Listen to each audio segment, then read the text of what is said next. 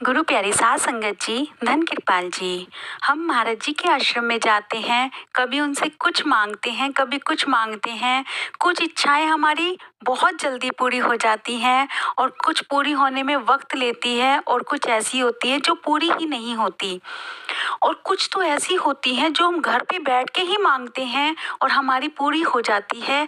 ऐसा क्यों होता है? आइए जानते हैं इस वृतांत के साथ। एक बार एक छोटा बच्चा जो कि कोई 5-6 साल का रहा होगा और वो अपनी धरती पर बैठा हुआ था फर्श पर और उठने की कोशिश कर रहा था। एक बार वो कुछ पकड़ के उठा और एकदम गिर गया। बच्चे खेलते खेलते गिर जाते हैं, एकदम गिर गया। वो मुंह के बल गिरा।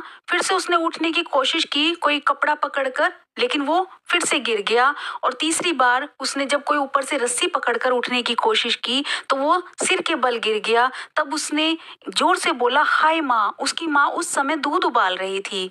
दूध में उबाल आने ही वाला था। माँ ने ये जैसे ही करहाट सुनी अपने बच्चे की, एकदम भागी दौड़ी गई और बच्चे को उठाया, सीने से लगाया। इतने में उनका दूध पूरा उफन कर निकल चुका था, सारा दूध बिखर चुका था। लेकिन माँ ने दूध की परवाह नहीं की। जैसे ही माँ बच्चे को चुप कराकर किचन में पहुंची, उन्होंने देखा सारा दूध गिरा पड़ा था। बच्चे ने भी जाकर देखा कि सारा दूध उबला पड़ा था। इसका मतलब है माँ मुझे बहुत प्यार करती है, अपनी हर चीज से ज्यादा माँ मुझे प्यार करती है।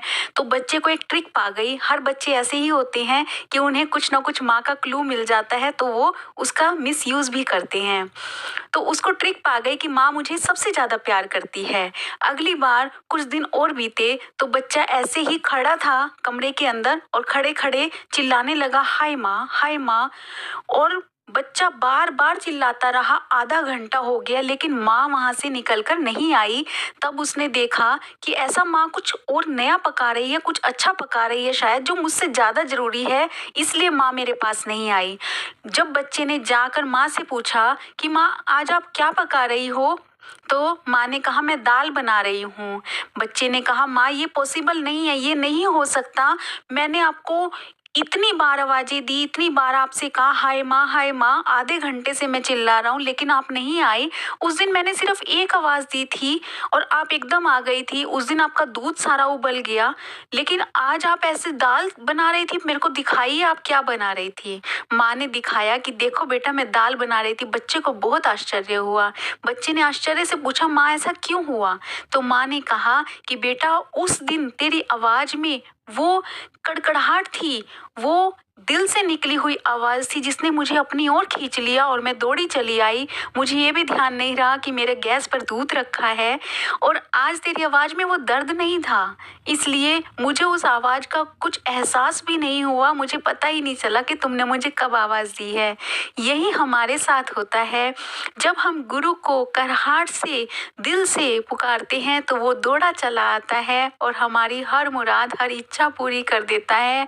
गुरु हमें हजार माँओं से भी ज्यादा प्यार करता है। ये हम ना भूलें कि वो हजार माँओं की माँ है, हमें हर समय बहुत सारी दया मेहर देने के लिए बैठा है।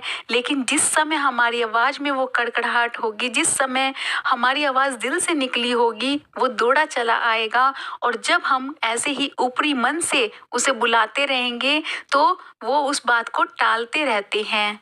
इसलिए अगर हमें गुरु को पुकारना है तो सच्चे दिल से पुकारें, उस आवाज से पुकारें, उस दर्द से पुकारे जिससे वो दौड़ा चला आए और हमारी पुकार सुन ले। हमारी पुकार में कमी है, उसके आने में कमी नहीं है।